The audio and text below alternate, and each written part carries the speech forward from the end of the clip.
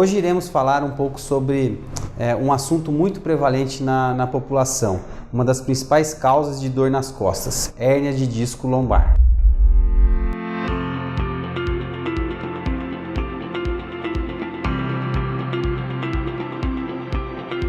A hérnia de disco lombar é quando ocorre um extravasamento, uma saída de parte do disco vertebral em direção às estruturas neurais da coluna lombar, podendo ou não acometê-las. Isso pode causar tanto uma compressão mecânica do nervo, quanto uma lesão química, porque esse extravasamento ele libera substâncias inflamatórias sobre o nervo e isso gera dor, Então, geralmente ocorre em pacientes com dor lombar, podendo ter uma irradiação dessa dor para uma das pernas, Isso decorrente do nervo comprometido por essa hérnia discal. A degeneração discal é o comprometimento do disco, ou seja, o disco perde a sua capacidade de absorver impacto ao longo do tempo e até que culmina, termina com o extravasamento desse disco, gerando então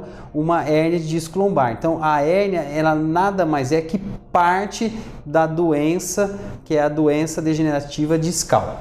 Entre as principais causas de hérnia de disco lombar, a gente sabe que há um fator genético associado, a pessoa tem uma predisposição para ter essa degeneração discal e alguns fatores ambientais que auxiliam ao desenvolvimento dessa hérnia discal. Então, assim, se o paciente pega muito peso ou não, faz muita atividade de impacto com a musculatura não preparada, situações como tabagismo, sedentarismo, obesidade, tudo isso pode agravar a situação e ajudar na causa de uma provável hérnia de disco lombar. Então sabe-se que hérnia ela é multifatorial para o seu surgimento. Em relação ao tratamento, nós sabemos que na grande maioria dos casos o tratamento é clínico.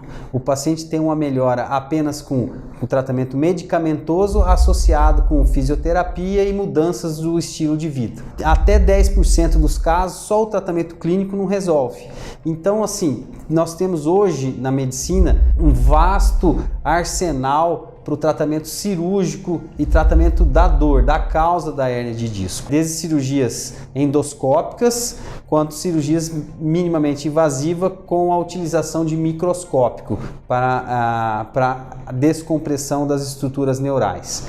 Mas o importante após o tratamento é medidas preventivas para que esse efeito não recorra. Porque lembre-se que a hérnia de disco ela é uma etapa da doença degenerativa discal.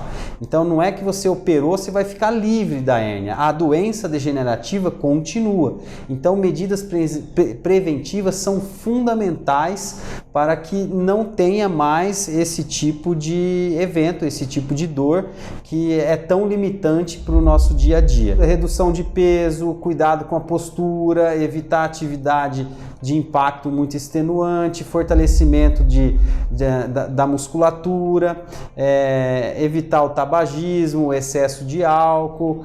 Isso é fundamental para que possamos ter uma coluna lombar mais saudável.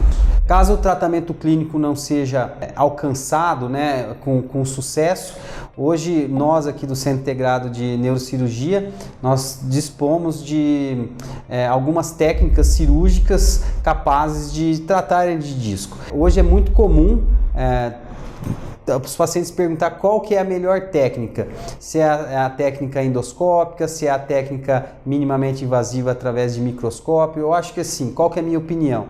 A primeira coisa não é o paciente que tem que se adaptar à técnica, a técnica que tem que ser adaptada ao paciente. Então, tem paciente que ele é mais suscetível para ser realizada uma endoscopia, tem paciente que é mais suscetível a ser realizada uma microdissectomia microscópica.